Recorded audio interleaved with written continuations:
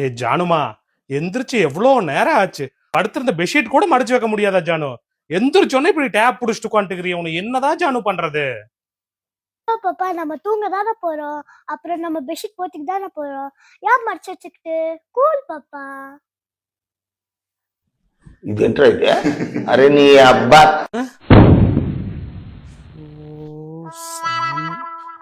One hour later. நான் துணியெல்லாம் ஐரனே பண்ணலையா? நான் ஃபங்க்ஷனுக்கு என்ன போட்டுட்டு போறது? ஃபங்க்ஷனுக்கு என்ன போட்டு போறதா? எப்படி ஐரன் பண்ணாலும் கசக்கிதான் போட போற. ஐரன் பண்ணி கொடுத்தா மட்டும் நீட்டாவா போட்டு வர போற?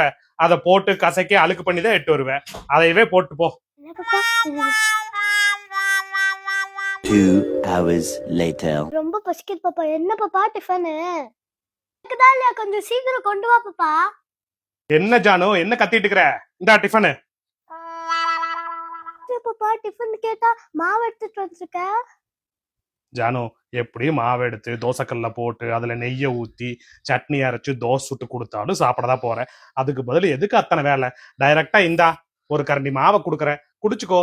இன்னும் பசிக்குதா? 2 கரண்டி மாவா குடுக்கறேன், குடிச்சுக்கோ. டைரக்டா வயிற்றுக்குள்ள போயிருமில்ல. எப்படி? நான் அப்படியே ஷாக் ஆயிட்டேன். நான் கேட்டது தப்புதான் பாப்பா. நான் போய் பெட்ஷீட் மடிச்சு வைக்கிறேன் பாப்பா. இந்த அவமானம் உனக்கு தேவையா?